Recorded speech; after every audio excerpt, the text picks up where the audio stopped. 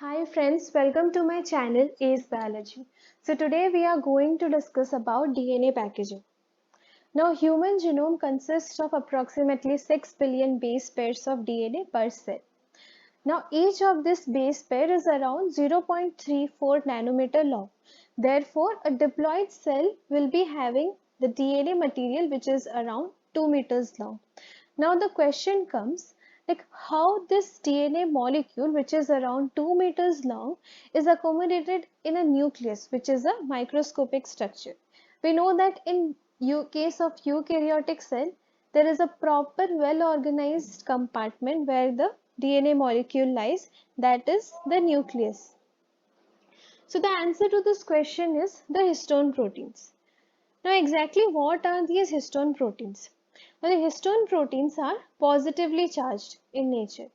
What happens that we know the DNA has a backbone which consists of phosphate and sugar. So this phosphate group will be having negative charge. This makes the DNA molecule negatively charged. Now a histone protein is positively charged, due to which the interaction between the histone protein and the DNA will be quite tight. These histone proteins are of 5 types: H1, H2A, H2B, H3 and H4. Now what happens during the time of packaging, these histone proteins will come together. Two of each molecule except for the H1 histone protein. These histone proteins will come together and form a histone octamer. Therefore, the thing here that is needed to be remembered is the histone octamer consists of all the histone proteins except for H1. This H1 histone protein is absent in histone octamer. Now, around this histone octamer, the DNA molecule wraps itself. So we know that at the most basic level, where even before the packaging starts, the DNA will exist in a double helical structure. So at the most initial stage of packaging, this DNA molecule will wrap it around uh, this, this histone octamer, due to which a structure is formed which is called as the nucleosome. Now what happens? This H1 histone protein will come into play. This H1 histone protein is called as the linker histone. And at the initial stage, after the packaging, the DNA molecules form a structure which is also called as beads in a string-like structure. Here you can see that all these structures appear as beads. Here we have a string. So this kind of looks like beads that are present in a string. So after that what happens? The looping continues and we get a structure which kind of looks like a solenoid. At this level, uh, the diameter of the DNA molecule that is packed is around 30 nanometer fiber. 30 nanometer. So what happens? While the packaging intensifies, the diameter also increases. This packaging will continue to the level where the DNA is packed so intensely that the diameter becomes 1400 nanometer.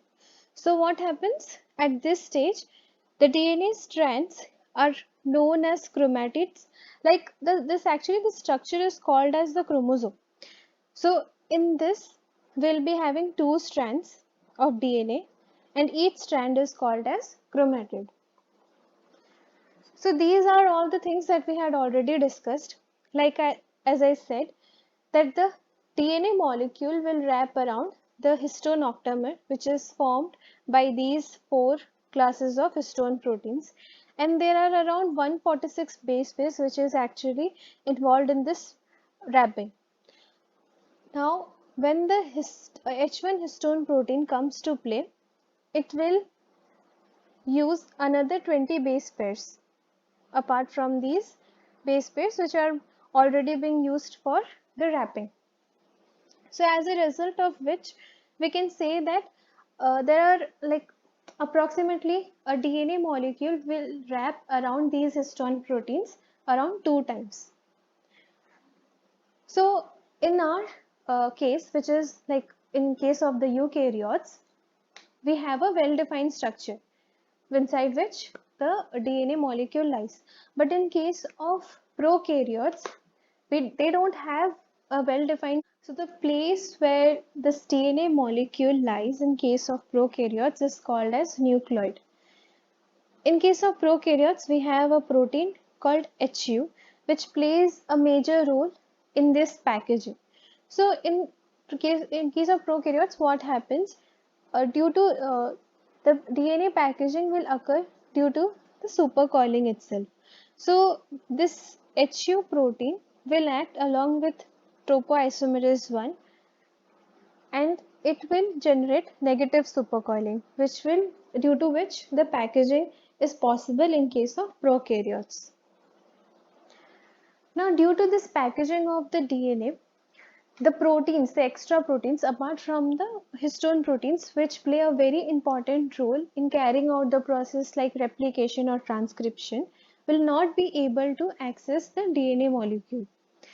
So what happens? We need to free these DNA molecules from these histone proteins which are attached to it. Now this mechanism is called as chromatin modification. Now histone can be enzymatically modified. That is, we can add acetyl group, methyl group, phosphate groups, and there are some other methods as well where we add ubiquitin proteins to these histone molecules, and then the bond present between the histone protein and the DNA molecules is broken down, and the DNA will be free, and the proteins that play a very important role in replication or transcription will be very easily able to attach itself to the DNA molecules. Now the other method is where the histone proteins are just displaced from the the DNA. So here what happens? There will be a complex which will come, and then it will simply break the bonds that are present between the histone proteins. So these complexes are called as chromatin remodeling complexes. The chromatin remodeling is nothing but the change in the architecture of this packed DNA, which is changed so that the DNA becomes more accessible for these proteins that play an important role in transcription or replication. So RSC, which is also called as remodeling the structure of chromatin, is a member of ATP dependent chromatin remodeler family. So its function is just to break the bonds that is present between histone protein and a DNA molecule. In the enzymatic modification, as we have already discussed, we have acetylation, methylation, phosphorylation, and ubiquitination. So all these groups are attached to the N terminal of the histone tails. Now we know that every protein has two terminals, the N terminal and the C terminal. Now in case of histone proteins, all these enzymatic reactions will occur at the N terminal. Now methylation. Now what happens? This methylation can increase the transcriptional activity, or it may also repress the activity. There are certain positions for these particular histone proteins which, if methylated, can be either repressed or maybe the activity may be increased. It depends basically on the position of the specific histone proteins. So now as we already know that histone proteins are basic in nature and they consist of lysine and arginine residues.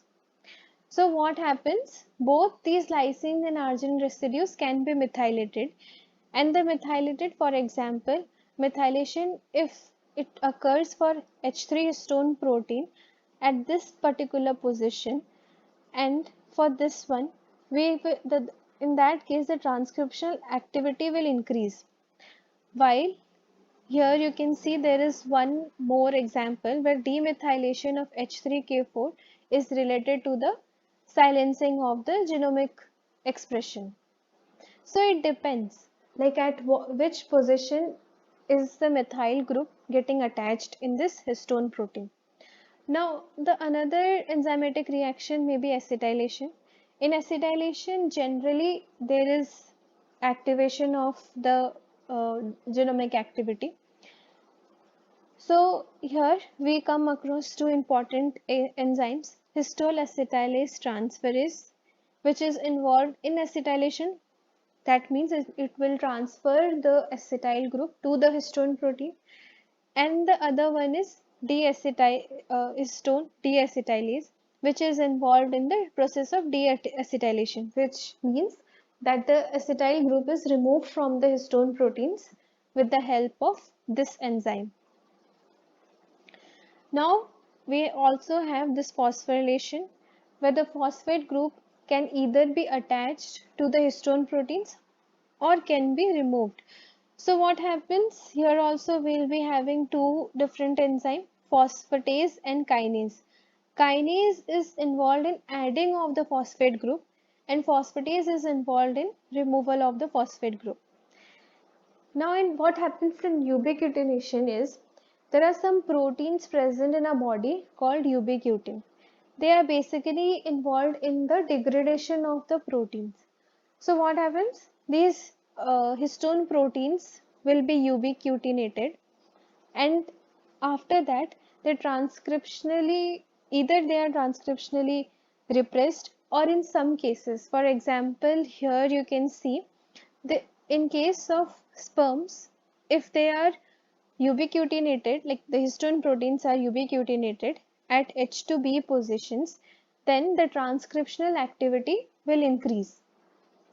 So these are some examples where you can see that due to these enzymatic modifications, the histone in these histone proteins, the genetic expression is either repressed or it increases. Okay. So this was all about DNA packaging. Thanks for watching my video, and if you like my video, then please hit the like button. Don't forget to share and subscribe to my channel. Thank you.